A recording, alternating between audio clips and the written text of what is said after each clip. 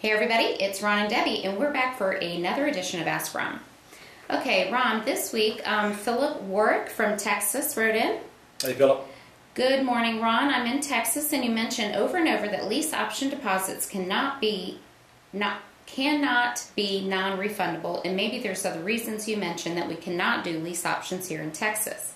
My question is this: does that apply to real estate professionals and investors only? I would assume that if it's a homeowner selling to another homeowner, that it would be exempt from that rule, but please correct me if I'm wrong. Can I get a seller under contract for a lease option and assign that directly to a tenant buyer and still do lease option axe deals? No, not if you're going to collect a non-refundable deposit. Can't do it. And you probably should be consulting with your attorney on this, because there are some out in Texas that have kind of found a way around it by exchanging the option agreement for a purchase and sale agreement. But I have not done enough of my homework on that before to be able to give you a good answer. I am coming out there and doing a boot camp now in Houston in March, so I'll have those answers by the time I get there. But just consider yourself out of the lease option business in Texas. Remember, you can still buy and sell with owner financing using AITDs, all-inclusive trust deeds. And that's just as easy to do in Texas as lease optioning. It takes, truthfully, longer to get a tenant evicted than it does to put them out if you had to foreclose on them using an AITD in Texas. So you just adapt to the rules, but don't do lease options. Okay, all right. We have a brand new Gold Club member, Mike Anderson, and he's from Washington.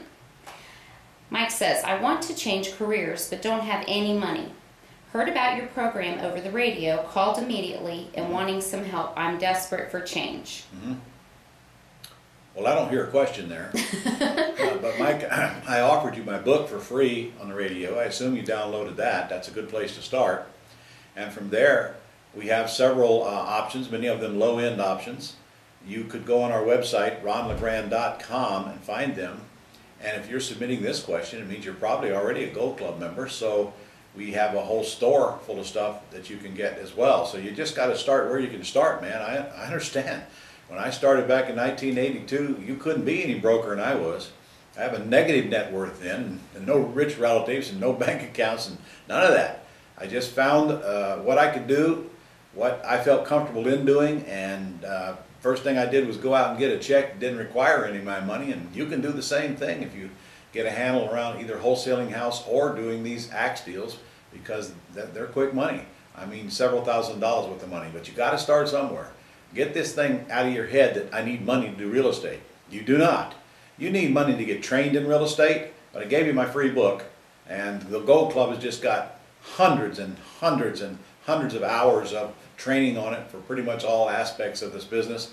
All the agreements are right there for you to use, so do what you can and get through your first deal or two, and then come see me when you can. And Mike, be sure to build up your points in the Gold Club, because you can always use them to shop in our Gold Club store. There you go. Okay, next is from Mark Mathis. He's from Louisiana. Hey, Mark. I'm interested in vacant land development and wanted to know if you could recommend a good training course that provides good information on how to find properties, creative financing techniques, ways to add value to existing piece of land through zoning updates, marketing techniques, etc., etc. I sure can. Mine. We now have my 4-day commercial boot camp on tape. You can get it from this office, but I got a better idea. Call our office at 800-567-6128. That's 800-567-6128. Tell them you want to sign up for our convention in September, and they will send you, and tell them you want the commercial course for free. Because right now, for a few more days, we're offering the commercial course free. That's a $1,500 course, man. We're offering it free, and it's only going to wind up costing you about $700 for 2 people to go to the convention in September. So, I got to tell you that. I could tell you just call an order for $1,500, but I wouldn't do that to you. You can have it free if you just sign up for the convention. That's right. You don't want to miss it anyway. I got it. Now, in that light, though, it's not a complete course on just land development. To be honest with you, that's what I did 2004, 5, and 6, and you will not be doing any land development right now. Don't hurt you to learn about it, but you will not find any capital. In fact, the D word right now is like the plague. If you go to anybody that has anything to do with money and mention the word development, they're going to quickly tune out. This is not the time to do development.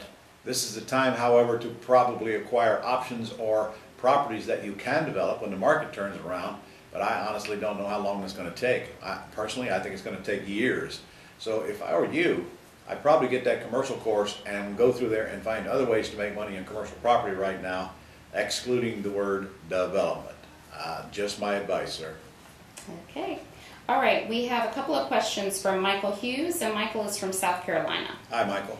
I am having quite a time explaining what is going on to my attorney. Now, this is regarding the lease agreement. His attorney does not like it. I sent the lease documents over to him and am getting roadblocked. Part of the difficulty is that I am not clear on all the details myself and are struggling to explain it to him.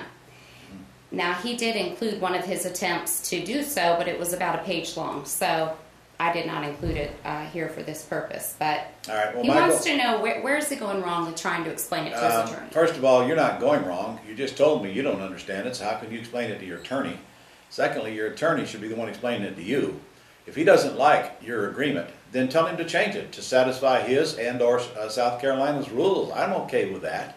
You can't fight the professionals. In fact, you're not going to train them. They're untrainable. Just tell him to produce you one that you can use. That's the only end goal. And then and that should solve the problem, because I assume this is the attorney that you're going to use to close the deals as well. Now, I will tell you, if you had a mentor, that's one of the things mentors would help you with. These kind of roadblocks along the way, these kind of obstacles. They'd probably take a look at what your attorney's input is and come back to you with suggestions on that, and possibly even get on the phone with your attorney to get through that. But I think you're making the big deal out of it.